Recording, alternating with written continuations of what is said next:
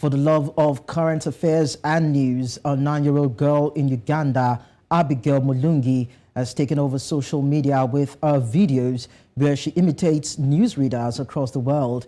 The latest video she did is that of News Central TV's Felicity Iziwike.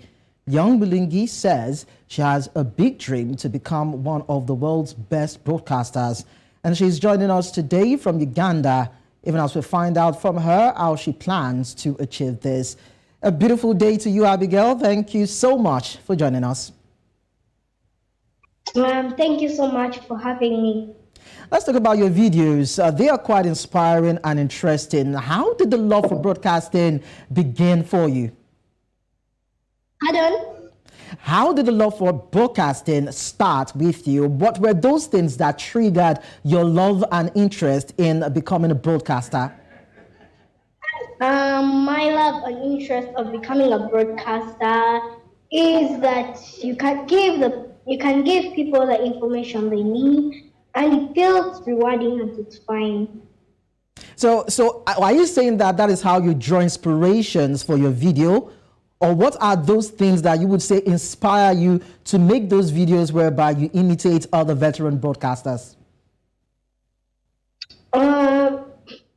What inspires me to imitate other broadcasters is to learn more and to articulate my words better. All right, so tell me, as a 9-year-old girl in Uganda, of course you're an African, how do you plan to help other young boys and girls within your locality and even beyond realize their ability to pursue their career just as you're doing? I want to tell them that if they want to achieve something in the future, they must not give up on their dream. They must tell their parents and to lift them up from where they are. And I can also make workshops to talk to parents and tell them to do not stop their children from doing what they want to become in the future. Well, Abigail, with what you're doing, I tell you, there are lots of beautiful stories coming out of Africa now. So how do you think that our African stories can be told better by young girls like you and, of course, young boys who are willing to also take up the mantle? Our stories can be told better. Besides news, our stories can be told better by writing them through movies and by shooting movies. We can also read news and talk about our stories because it's only us Africans who can tell our stories and nobody can.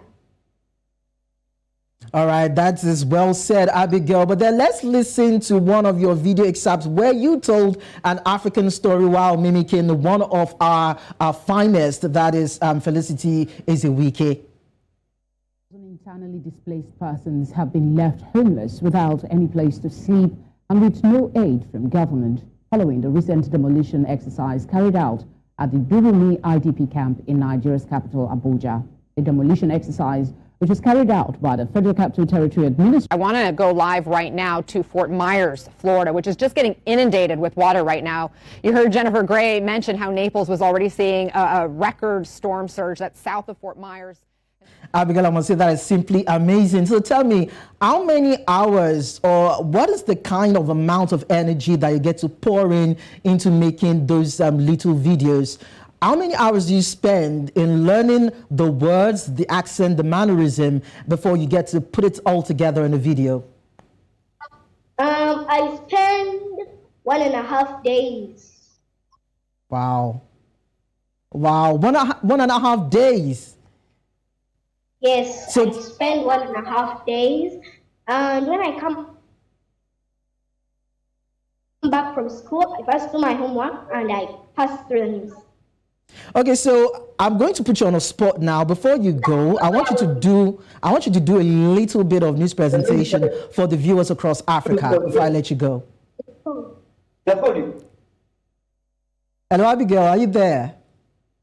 Yes, I'm there.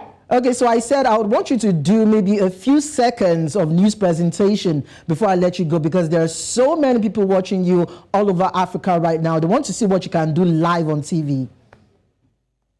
My name is Abigail, and this is the news today. Parents with learners in both private and government schools will be required to dig deep into their pockets with compulsory meal in a bid to boost children's health. The Board of Governors and the school food committees will be required to meet with parents and agree on how much each learner will pay. Mr. Mtekanga, however, said parents who are unable to pay for the school should be allowed to give learners money to buy milk from the school canteen during breakfast. That was the news. I'm Abigail. Beautiful. Thank you so very much, Abigail. That was wonderful, I must say. Just keep it up. Keep up the good work. Thank you.